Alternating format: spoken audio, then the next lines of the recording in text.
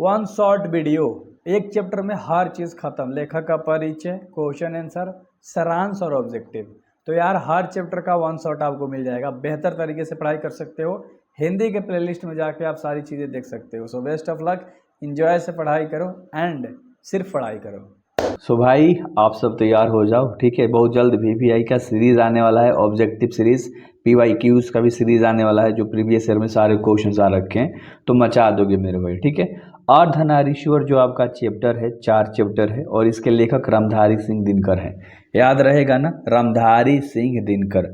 इनका जन्म 23 सितंबर 1908 को हुआ था और निधन यानी मृत्यु 24 अप्रैल 1974 में हुआ था। ये जन्म और मृत्यु दोनों चीज़ें याद कर लेना, इस तक काफ़ी इंपॉर्टेंट वीडियोस है, ठीक है। और ये 2 क्वेश्चंस इसमें बहुत इंपॉर्टेंट हो जाते हैं। हर चैप्टर का जो जन्म और मरण होता है ना लेखक का, वो इंपॉर्टेंट होता है। तो जन्म 23 सितंबर 1908 और मृत्यु 24 अप्रैल 1974, अच्छे से याद हो गया होगा। जन्म स्थान की बात करते हैं तो सिमरिया, बेगूसराय, बिहार। सिमरिया गाँव था, बेगूसराय जिला था और बिहार तुम्हारा एक राज्य है, याद रख लेना। ये तुम्हारा क्या है, गाँव है, ठीक है। ये तुम्हारा क्या है, जिला है, ठीक है मेरे भाई। और ये तुम्हारा क्या है, राज्य है। तो ये तीनों चीज़ें अच्छे से आपको याद होनी चाहिए। सिमरिया, बेगूसराय, बिहार। पिताजी का नाम क्या था, पिताजी का नाम था रवि सिंह। अच्छे से करेंगे, सुन के चीज़ें याद होगी आपको। पिता का नाम था रवि सिंह और माता का नाम था मनरूपा देवी। माता का क्या नाम था, मनरूपा देवी। और पत्नी का नाम था श्यामवती देवी। ये 3 क्वेश्चन एक दूसरे से रिलेटेड है, ठीक है। तो कोई एक क्वेश्चन इसमें दे देता है, पिता देगा, माता देगा या पत्नी दे देगा। तो तीनों का नाम आपको अच्छे से याद होना चाहिए। शिक्षा की अगर हम लोग बात करें तो प्रारंभिक शिक्षा गांव और उसके आसपास, यानी कि गांव में ही अपनी पढ़ाई स्टार्ट कर दी थी, उसके अगल बगल यानी आसपास में ही पढ़ाई करना स्टार्ट कर दिया था, ठीक है, शुरू से। 1928 में मोकामा घाट रेलवे हाई स्कूल से मैट्रिक इन्होंने करा था। कब, 1928 में मैट्रिक करा था, अच्छे से डेट याद रखना।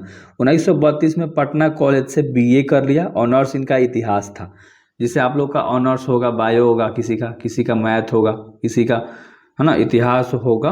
तो उस तरह से चीज़ें बिल्कुल भी क्लियर हो गई होंगी आपके मन में, बहुत बढ़िया। आगे देखिए, हम लोग आगे वृत्तियाँ के बारे में जानेंगे।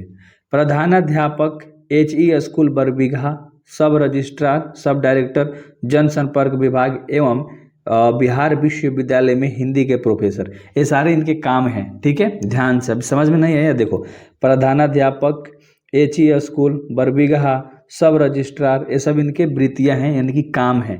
सब डायरेक्टर के पोस्ट पे भी काम करा, जनसंपर्क विभाग में भी काम करा, बिहार विश्वविद्यालय में भी हिंदी के प्रोफेसर के रूप में काम किया, भागलपुर विश्वविद्यालय में उपकुलपति भी रहे और हिंदी सलाहकार के रूप में भी कार्यरत रहे। तो ये सारे इनके काम हैं। और इसमें मैं इंपॉर्टेंट वाला बता देता हूँ आपका, ये पूछता है बरबीघा वाला पूछता है ना, और सब रजिस्ट्रार वाला ऑप्शन के अकॉर्डिंग पूछता है, और इसमें और कुछ भी नहीं ज़्यादा पूछता, ठीक है। तो 2-3 चीज़ें पूछता है, लेकिन आपको सब याद होना चाहिए अगर आपके पास टाइम है।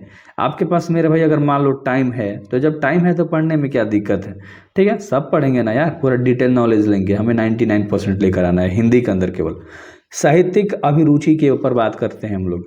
1925 में छात्र सरोवर में पहली कविता प्रकाशित हुई थी। देश पटना, जिसे मान लो, प्रकाश बेगूसराय में और प्रतिमा कन्नौज में, ठीक है। तो ये सब जगह का नाम है जहाँ जहाँ ये कविता को प्रकाशित किए थे सबसे पहले। मैं छात्र जीवन में अनेक रचनाएं प्रकाशित। 21 वर्ष की अवस्था में पहली कविता प्रणभंग प्रकाशित। जब यह 21 साल के थे तो इन्होंने प्रणभंग निकाल दिया था, ठीक है, याद रख लेना। क्या निकाल दिया था, प्रणभंग, ठीक है, प्रकाशित करा दिया था। सोचो 21 साल की उम्र में, ठीक है। और आप लोग 21 की उम्र में क्या सोचते हो कि इंटर कर लेंगे, ग्रेजुएशन करेंगे आगे जाके, ना, यही सारी चीज़ें। कुछ लोग सरकारी नौकरी तक ले लेते हैं, कुछ ऐसे घूमते रहते हैं। कृतिया के ऊपर अगर हम लोग बात करें तो प्रमुख है काव्य कृतिया के अंदर अगर हम लोग बात करें तो प्रणभंग 1970 में, रेणुका 1935 में, ये सब इनके द्वारा लिखा गया है और प्रकाशित किया गया है, छपवाया गया है, ठीक है। हुंकार 1938 में, रसवंती 1940 में, कुरुक्षेत्र 1946 में, रश्मि रथी 1952 में, नील कुसुम 1954 में, उर्वशी 1961 में, परशुराम की प्रतीक्षा 1963 में, कोमलता और काव्यत्य 1964 में, और हारे को हरिनाम 1970 में। ये सारे इंपॉर्टेंट वाले हैं, अगर हो सके तो इसका डेट याद रख लेना मेरे भाई। आप सभी के लिए काफ़ी मेहनत करा है तब ऐसा बनाया है। तो ये सबसे यूनिक चैनल होगा मेरे को जहाँ तक लगता है आप सभी के लिए, क्योंकि आपको भी पता है कि यार किस लेवल की मेहनत मैं करता हूँ, ठीक ना। आगे थोड़ा सा अगर हम लोग बढ़ें तो पुरस्कार और सम्मान के ऊपर चलते हैं, उसके बाद आपका इंट्रोडक्शन लेखक के बारे में खत्म हो जाएगा। पुरस्कार और सम्मान की अगर हम लोग बात करें तो संस्कृति के 4 अध्याय के लिए इनको साहित्यिक अकादमी पुरस्कार मिला था। फिर उर्वशी उर्वशी पर भारतीय ज्ञानपीठ पुरस्कार मिला था। और राज्य के सांसद है ना पद्म भूषण एवं कई अलंकारों से सम्मानित, राष्ट्र कवि के रूप में समदूत। यानी इनको 3-4 मिला था। सबसे पहला क्या मिला था, साहित्यिक अवार्ड मिला था, ध्यान से देख लो, अकादमी बोल सकते हो। साहित्यिक अकादमी मिला था किस चीज़ के लिए, संस्कृति के 4 अध्याय के लिए। उसके बाद इनको भारतीय ज्ञानपीठ पुरस्कार मिला था किस चीज़ के लिए, उर्वशी के लिए, ठीक है। और राज्यसभा के सांसद है ना, और पद्म भूषण एवं कई अलंकारों से सम्मानित किए गए थे। तो अच्छे से याद रख लेना, ठीक है। तो ये इंट्रोडक्शन अच्छे तरीके से कर लिया था लेखक के बारे में। एंड अभी हम लोग करेंगे सारांश, ठीक है, काफ़ी अच्छे तरीके से मेरे भाई। प्रस्तुत पंक्ति अर्धनारीश्वर पाठ के निबंधकार रामधारी सिंह दिनकर के द्वारा लिखा गया है। यानी अर्धनारीश्वर जो आपका चैप्टर है वो रामधारी सिंह दिनकर के द्वारा लिखा गया है, रचा गया है, ठीक है। इतना अच्छे से आपको याद हो गया होगा।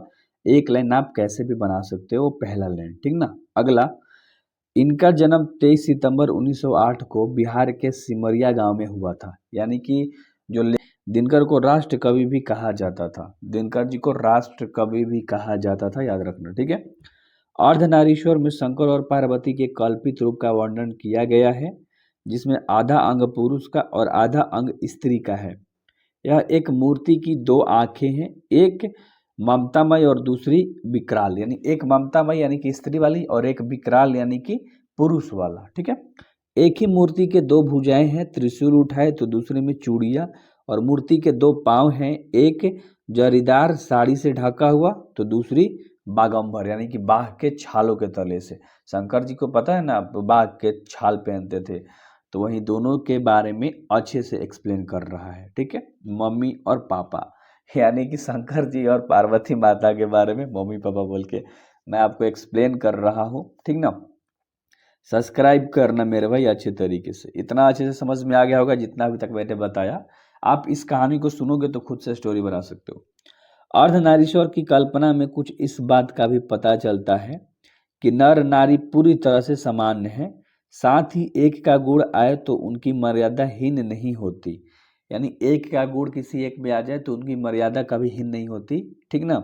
नारी समझती है कि पुरुष के गुण आ जाने से घबराता है, मतलब नारी के अगर गुण आ जाए तो घबराने लगती है, ठीक है।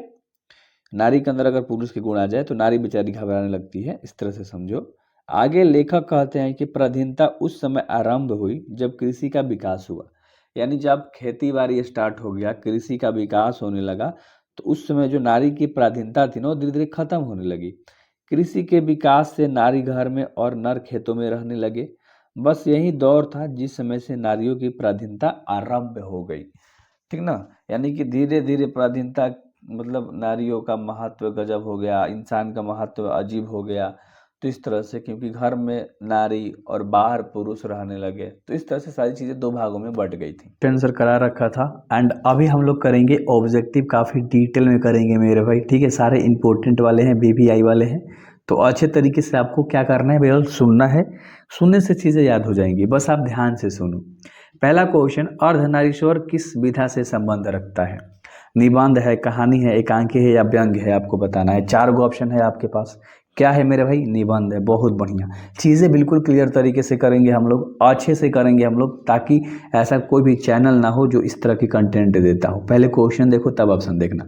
इस पाठ के लेखक कौन है, यानी अर्धनारीश्वर के लेखक कौन है आपको बताना है। तो अर्धनारीश्वर के जो लेखक हैं वह कौन है, रामधारी सिंह दिनकर। कौन है, रामधारी सिंह दिनकर मेरे भाई, ठीक है। अर्धनारीश्वर के लेखक हैं, ठीक है। तो क्वेश्चन पे ज़्यादा आपका फोकस होना चाहिए, पकड़ होना चाहिए। दिनकर जी का जन्म बिहार के किस जिले में हुआ था। अरे यार कितना आसान सा सवाल है, बताओ। समस्तीपुर, बेगूसराय, पटना या भोजपुर। तो बेगूसराय यार, ठीक है। कहाँ, बेगूसराय जिला था, ठीक है। अच्छे से याद रखना, सिमरिया गांव, बेगूसराय जिला, गांव का नाम था सिमरिया। तो इस तरह से याद रख सकते हो ना मेरे भाई। मैं हूँ ना, आपको सारी चीज़ें काफ़ी डिटेल में करा दूंगा। अर्धनारीश्वर में किस गुण का समन्वय है ना। तो अर्धनारीश्वर में किस गुण का समन्वय है, नारी और पुरुष दोनों का।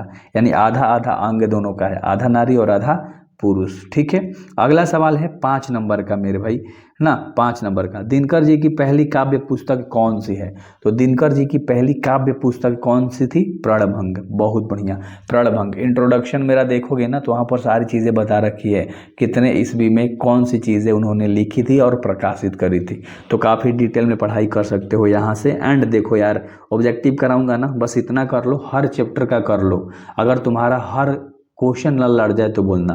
अर्धनारीश्वर शंकर और पार्वती का किस प्रकार का रूप है? तो अर्धनारीश्वर शंकर और जो पार्वती है ना, उनका एक कल्पित रूप है, यानी कि आधा आधा रूप है शंकर और पार्वती का। ठीक है, तो उसको कल्पित बोला जाता है। बहुत बढ़िया। एंड अगला सवाल है, दिनकर जी का जन्म कब हुआ था?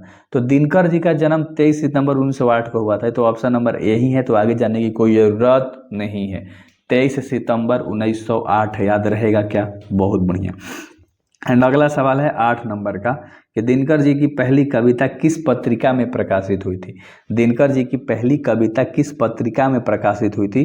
तो 8 का ऑप्शन नंबर ए है, छात्र सहोदर। छात्र सहोदर में प्रकाशित हुई थी, छात्र सहोदर के अंदर। ठीक है, बहुत बढ़िया। एंड अगला सवाल है 9 नंबर का, कौन सी कृति रामधारी सिंह दिनकर की लिखी हुई है? 4 ऑप्शन है, शुद्ध कविता की खोज, पुनर्वाद, स्मृति रेखाएं और कविता के नए प्रतिमान। तो 9 का जो ऑप्शन होगा राइट वो एक ही होगा, शुद्ध कविता की खोज। ए नंबर का ही ऑप्शन आपका राइट हो जाएगा। ठीक है, शुद्ध कविता की खोज। एंड आगे हम लोग बढ़ते हैं, 10 नंबर का सवाल है आपका, कि संस्कृति की 4 अध्याय किसकी कृति है? तो संस्कृति की 4 अध्याय जो है आचार्य सीताराम चतुर्वेदी, सीतारमण चतुर्वेदी की। सी नंबर का ऑप्शन बिल्कुल भी राइट हो जाएगा। ठीक है, क्वेश्चन जब आप देखते हो, जब मैं आंसर बताता हूं तो आप 2 बार बोलो, ट्राई करो, मन में भी बोल लो, तेज बोला जाता है मन में। दिनकर जी के अनुसार यदि पति विचार है तो पत्नी क्या है? अरे यार, तो पति जब विचार है तो पत्नी भावना है, तुम्हारे लिए इमोशन है, तुम जिसके लिए हो, समझ रहे हो? तो सी नंबर का ऑप्शन है तुम्हारा। ठीक है, बहुत बढ़िया।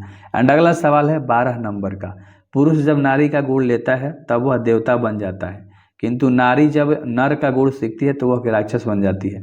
यह कथन किसका है? यह बात किसने कही है कि नारी जब पुरुष के गुण सीखती है तो वह राक्षसी बन जाती है? तो यह बात कहा था प्रेमचंद ने। किसने कहा था? प्रेमचंद ने। ऑप्शन नंबर सी आपका राइट हो जाएगा। किसने कहा था? प्रेमचंद ने कहा था। एंड अगला सवाल है आपका, कि किसने अपने जीवन में अंतिम दिनों में नारीत्व की साधना की थी? किसने अपने जीवन के अंदर अंतिम दिनों में नारी की साधना की थी? तो बताओ, 13 का ऑप्शन नंबर क्या होगा? गांधी जी ने। ए नंबर का ऑप्शन बिल्कुल भी राइट हो जाएगा, गांधी जी ने। अगर आप प्रश्न उत्तर भी करोगे मेरा जाके प्लेलिस्ट में हिंदी से, तो आपको चीज़ें समझ में आ रही होंगी। दिनकर जी की पहली कविता कब प्रकाशित हुई थी? पहली पूछ रहा है, दिनकर जी की पहली कविता कब प्रकाशित हुई थी? तो 1925 में। इस भी याद रखना, 1925 में। बहुत बढ़िया, 1925 में। एंड अगला सवाल है 15 नंबर का, है ना। बुद्ध अय्यर महावीर ने नारियों को कौन सा आशीर्वाद दिया था? बुद्ध अय्यर महावीर ने नारियों को कौन सा आशीर्वाद दिया था? भिक्षुणी होने का आशीर्वाद दिया था, भिक्षुणी होने का। ठीक है, भिक्षुणी होने का आशीर्वाद दिया था, भिक्षुणी। ठीक है। एंड अगला सवाल है आपका 16 नंबर का, कि निम्नलिखित में से कौन सी रचना दिनकर जी की नहीं है? निम्नलिखित में से कौन सी रचना दिनकर जी की नहीं है? तो 16 का ऑप्शन नंबर हो जाएगा तुम्हारा सी, जूठन उनके द्वारा, दिनकर जी के द्वारा नहीं लिखा गया है। जूठन तो आपका ठीक है नहीं लिखा गया है। एंड अगला सवाल है 15 नंबर का, प्रेमचंद जी के अनुसार नारी जब पुरुष के गुण सीखती है तो क्या हो जाती है? राक्षसी हो जाती है। ऊपर भी हम लोगों ने देखा कि जब एक नारी एक पुरुष के गुण को सीखने लगती है तो वह राक्षसी बन जाती है मेरे भाई। एंड अगला सवाल है 18 नंबर का, निम्नलिखित में से कौन सी रचना दिनकर जी की नहीं है? निम्नलिखित में से कौन सी रचना दिनकर जी की नहीं है? तो 18 का ऑप्शन नंबर बी, परशुराम की परीक्षा। परशुराम की परीक्षा। ठीक है, बाकी ये तीनों तो है ही, ये नहीं है। ठीक है, याद रखना। ठीक है। एंड अगला सवाल है 19 नंबर का। ठीक है, और 1-2 मिनट लूंगा भाई। गांधारी जी कौन है? तो गांधारी जी कौन थी? दुर्योधन की माँ थी। ठीक है, किसकी माँ? दुर्योधन की। और कुंती जो थी वो कृष्ण की माँ थी, याद रखना। कुंती, कृष्ण नहीं, अर्जुन की, सॉरी। कुंती अर्जुन की माँ थी और गांधारी दुर्योधन की माँ थी। ठीक है, बहुत बढ़िया। एंड अगला सवाल है आपका 20 नंबर का। ठीक है, अर्धनारीश्वर कल्पित रूप है शंकर और पार्वती का, ये तो सबको पता है, शिव और पार्वती का, शंकर और पार्वती या शिव और पार्वती, शंकर भगवान और पार्वती माता का, ठीक है, कल्पित रूप है यानी आधा आधा अंग है। एंड अगला है जो सवाल आपका है, प्रेमचंद कौन थे? प्रेमचंद कौन थे? ये सब चैप्टर के आधार पर हम लोग कर रहे हैं। तो कथा कहने वाले कथाकार थे, कथावाचक थे, कथाकार थे, कथा भी बोला करते थे, ठीक है। तो इस तरह से याद रखोगे ना, बहुत बढ़िया बहुत बढ़िया। सब्सक्राइब कर लेना मेरे भाई। दिनकर जी किस युग के कवि हैं? दिनकर जी किस युग के कवि हैं? तो दिनकर जी छायावादोत्तर युग के कवि हैं। सी नंबर का ऑप्शन बिल्कुल भी राइट हो जाएगा, सी नंबर का। एंड अगला सवाल है 23 नंबर का, दिनकर जी को किस कृति पर भारतीय पुरस्कार प्राप्त हुआ था? भारतीय पुरस्कार बता दो किस कृति के लिए, यानी कि किस लेखनी के लिए, किस लेखनी के लिए? तो उर्वशी जब लिखा था, बी नंबर का ऑप्शन राइट हो जाएगा। उर्वशी के लिए भारतीय पुरस्कार मिला था, ठीक है, याद रख लेना, इंपॉर्टेंट क्वेश्चन है। एंड अगला सवाल है, युद्ध एवं शांति की समस्या पर लिखी गई काव्य कृति। युद्ध एवं शांति की समस्या पर लिखी गई काव्य कृति कौन सी है? कुरुक्षेत्र। अरे कुरुक्षेत्र मतलब युद्ध होता है, कुरुक्षेत्र में युद्ध लड़ा जाता है, तो ऐसे भी आप याद रख सकते हो। युद्ध एवं शांति की समस्या पर लिखी गई काव्य कृति कौन है? कुरुक्षेत्र है। तो उम्मीद करता हूँ कि 24 के 24 टोटल VVI वाले ऑब्जेक्टिव आपको समझ आए होंगे एंड आपको याद हुआ होगा। सो बेस्ट ऑफ लक मेरे भाई। सब्सक्राइब करना इस चैनल को, ठीक है, एंड दोस्तों में शेयर करना, आपको हर चीज़ दे दूंगा line by line. So best of luck. अब हम लोग करेंगे क्वेश्चन आंसर, ठीक है। निम्नलिखित प्रश्नों के उत्तर दीजिए। पहला सवाल है आपका, यदि संधि की वार्ता यानी कि जो संधि की बात थी कुंती और गांधारी के बीच हुई होती तो बहुत संभव था कि महाभारत न मचता। लेखक के इस कथन से आप क्या सहमत है? अपना पक्ष रखें। यानी लेखक कह रहा था कि गांधारी और कुंती बात करती ना तो महाभारत नहीं होता। कृष्ण और दुर्योधन के बीच हुई थी ना जो बात, जो महाभारत हुआ था, तो उसको लेकर लेखक का कहना है कि पुरुष इतना कर्कश और कठोर हो उठा है कि रक्त के युद्धों में अपना रक्त बहते समय उसे यह दाया नहीं रहता है कि रक्त के पीछे जितना सिंदूर बहने वाला है, यानी कि जितने भी औरतें वो सब विधवा हो जाएंगी, उनका क्या हाल होगा। और ना तो सिंदूर वालियों को ही फिक्र है कि, और नहीं तो वो जगहों पर उनकी राय खोले जहाँ सिंदूर पर आफत आने की आशंका है। यानी कि मान लो महाभारत हुआ तो बहुत सारे स्त्री विधवा हो गई, तो लोग भी नहीं सोच रही थी और इंसान भी नहीं सोच रहा था। इस आधार पर लेखक के मन में यह अभ्यास होता है कि अगर कौरव की सभा में संधि की वार्ता कृष्ण और दुर्योधन के बीच न होकर कुंती और गांधारी के बीच होती तो बहुत संभव था कि महाभारत नहीं मचता, यानी कि महाभारत होता ही नहीं अगर दो स्त्री बात करती तो, ठीक है। महाभारत हुआ क्योंकि दो आदमी के बीच में वार्ता हुआ, दोनों कर्कश होते हैं, कठोर होते हैं, आगे पीछे नहीं देखते हैं, तो इसीलिए हो गया। अर्धनारीश्वर की कल्पना क्यों की गई होगी? आज इसकी क्या सार्थकता है? तो सार्थकता आपको बताना है अच्छे तरीके से। सार्थकता, अर्धनारीश्वर शंकर और पार्वती का कल्पित रूप है जिसका आधा अंग पुरुष का और आधा अंग नारी का होता है, ठीक है। तो ये अर्धनारीश्वर एक कल्पित रूप है शंकर और पार्वती का आधा आधा अंग वाला, फोटो भी देखे होगे कहीं पर। यह कल्पना शंकर और पार्वती के बीच पूर्ण रूप से सामान्य है एवं उनमें उनमें से एक गुण एक दूसरे के दोष नहीं हो सकते हैं, अर्थात नर में नारी के गुण आए तो उनकी मर्यादा हीन नहीं होती बल्कि उनकी पूर्णतया में वृद्धि होती है। यानी कि इंसान जब नारी वाला गुण सीखता है तो और महान बनता है। किंतु पुरुष और स्त्री के अर्धनारीश्वर का यह रूप आज दिखाई नहीं देता है। नारी समझती है कि पुरुष के गुण सीखने से नारीत्व में कमी आएगी। ईश्वर पुरुष नारी के गुणों को अपनाने से घबराता है। ऐसा लगता है कि पुरुष और नारी के गुणों को बंटवारा हो गया है, मतलब दोनों के गुणों में बंटवारा हो गया है और वह इस विभाजन के रेखा को लांघने में पुरुष नारी दोनों को भी गलत लगता है, ठीक है। तो मतलब ये लांघ नहीं सकते हैं, ठीक है, दोनों अपने अपने दायरे में ही रहते हैं, एक दूसरे के गुण उड़ नहीं सीखते, ठीक है। रविंद्रनाथ प्रसाद और प्रेमचंद्र के चिंतन से दिनकर क्यों असंतुष्ट हैं? तो ये सवाल का आंसर, रविंद्रनाथ के अनुसार नारी की सार्थकता उसकी गरिमा के मोहक और आकर्षक होने में है। केवल पृथ्वी की शोभा का भी आलोचक केवल प्रेमी की प्रतिज्ञा बनाने हैं। कर्म कृति बिरलेबल और शिक्षा दीक्षा लेकर वह क्यों करेगी? प्रसाद के अनुसार बड़ा हुआ नारी है जिसने पुरुषों के गुण सीखे हैं। तो निष्कर्ष यही निकलेगा कि प्रसाद जी भी नारी को पुरुषों का क्षेत्र से अलग रखना चाहते हैं, यानी कि पुरुष को नारी के क्षेत्र से वो अलग रखना चाहते हैं। प्रेमचंद्र के अनुसार पुरुष जब नारी के गुण ले लेता है तब वह देवता बन जाता है, यानी कि पुरुष जब नारी के गुण सीखने लगता है तो वो देवता के समान हो जाता है। किंतु नारी जब पुरुष के गुण सीखती है तब वो राक्षसी हो जाती है, यानी कि जब एक लड़की है, एक औरत है, वो पुरुष के गुण नहीं सीख सकती क्योंकि वो राक्षसी कहलाने लगती है। तो इस तरह से। एंड अगला सवाल है कि प्रवृत्ति मार्ग और निवृत्ति मार्ग क्या होता है। ये इंपॉर्टेंट क्वेश्चन है, VVI क्वेश्चन है, ठीक है। जिन पुरुषों ने जीवन के आनंद पाने की इच्छा से नारी को गले लगाया है उन्हें प्रवृत्ति मार्ग कहा जाता है, यानी कि जो स्त्री में इंटरेस्ट दिखाते हैं, शादी कर लेते हैं, तो वो किसके अंदर आते हैं, प्रवृत्ति मार्ग के अंदर आते हैं। निवृत्ति मार्ग वे होता है जिन्होंने नारी को अपने जीवन पर ढकेल दिया है, मतलब जीवन से ढकेल दिया है, क्योंकि उन्हें नारी का सुख का कोई कामना नहीं था। इसके लिए उन्होंने संन्यास ग्रहण किया तथा वैविक मुक्ति की खोज की और जीवन का सबसे बड़ा उसे ध्येय माना, यानी कि नारी को ही त्याग दिया, ठीक है। अगला है बुद्ध ने आनंद से क्या कहा। तो आंसर ध्यान से सुनना है आपको।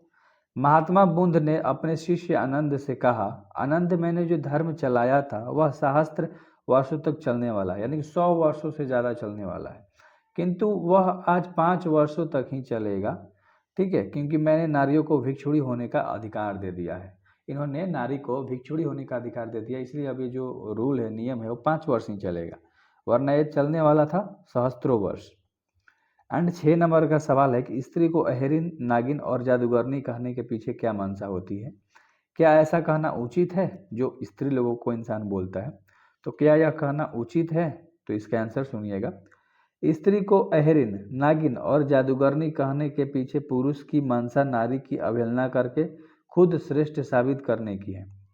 ऐसा करने से पुरुष के अपने दुर्बलता को छिपाने तथा कल्पित श्रेष्ठता को दुलारने में सहायता मिलती है। ऐसा करना बिल्कुल भी उचित नहीं है, क्योंकि नारी आदरणीय तथा श्रद्धा के योग्य है, समाज में उसका भी बराबर का स्थान है। इसलिए नारी को ऐसा निष्कृष्ट उपाधियों से विभूषित करना पूर्णतः गलत बात है। तो ये वो बताते हैं। एंड स्क्रीनशॉट आप यहाँ पर ले सकते हो अच्छे तरीके से, या नोट्स बना सकते हो मेरे भाई, ठीक है। काफ़ी डिटेल में सारी चीज़ें करा दूंगा, टेंशन बिल्कुल भी मत लो। नारी की पराधीनता कब से आरंभ हुई। जब मानव जाति ने कृषि का आविष्कार किया तो पुरुष बाहर रहने लगा और नारी घर में रहने लगी। यहाँ से जिंदगी 2 हिस्सों में बट गई, यानी कि जब से इंसान खेती बाड़ी करने लगा, वो खलिहान में रहने लगा, स्त्री घर पर रहने लगी, तो जिंदगी 2 भागों में बट गई। घर जीवन सीमित तथा बाहर का जिंदगी निसीमित हो गया। छोटी सी जिंदगी बड़ी जिंदगी के अधीन हो गई, होती चली गई। यहीं से नारी की पराधीनता का आरंभ हो गया। तो इसलिए नारी की पराधीनता होने लगी, धीरे धीरे नारी का मान भी कम होने लगा, इस तरह से। अगला है प्रश्न स्पष्ट करना है आपको अच्छे तरीके से। इसमें पाठ है क ख ग। पहला सवाल है क नंबर का। प्रत्येक पत्नी अपने पति को कुछ उसी दृष्टि से देखती है जिस दृष्टि से लता अपने वृक्ष को देखती है। तो इसका आंसर थोड़ा सा हम लोग देख लेते हैं, काफी छोटा सा है।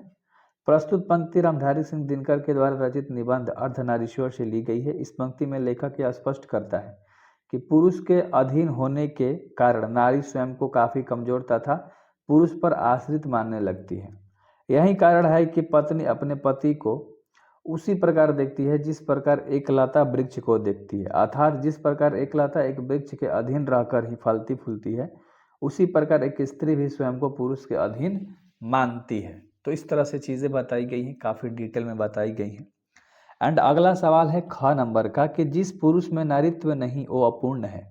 जिस भी पुरुष के अंदर नारी के गुण नहीं है वह अपूर्ण है। देखिएगा कैसे।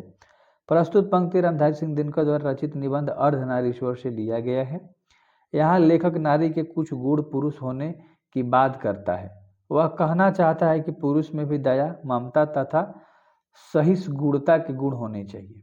जिस पुरुष में ये नारीत्व के गुण नहीं है वह अधूरा है। ये पुरुष के पौरुष को घटाते बल्कि उसे पूर्णता प्रदान करते हैं। तो इस तरह से चीज़ें बिल्कुल भी क्लियर तरीके से आप याद रख सकते हो मेरे भाई, ठीक है। 9 नंबर का सवाल है कि जिसे भी पुरुष अपना कर्म क्षेत्र मानता है वह नारी का भी कर्म क्षेत्र है, कैसे। तो इसका आंसर देखिएगा। लेखक श्री रामधारी सिंह दिनकर के अनुसार नर और नारी एक समान है। दोनों का जीवन का उद्देश्य भी एक है। नारी केवल नर को रिझाने के से नहीं है, उसे प्रेरणा देने का निमित्त मात्र नहीं है। जीवन यज्ञ में नारी का भी अपना हिस्सा है तथा वह हिस्सा सीमित नहीं है। दोनों के कर्म क्षेत्र समान नहीं है। जिस प्रकार अपने उद्देश्य की सिद्धि के लिए मनमान्य विस्तार का क्षेत्र अधिकृत कर लेता है, नारी को भी वही अधिकार प्राप्त होना चाहिए। तो नारी को भी वैसा अधिकार होना चाहिए जैसा कि पुरुष को है।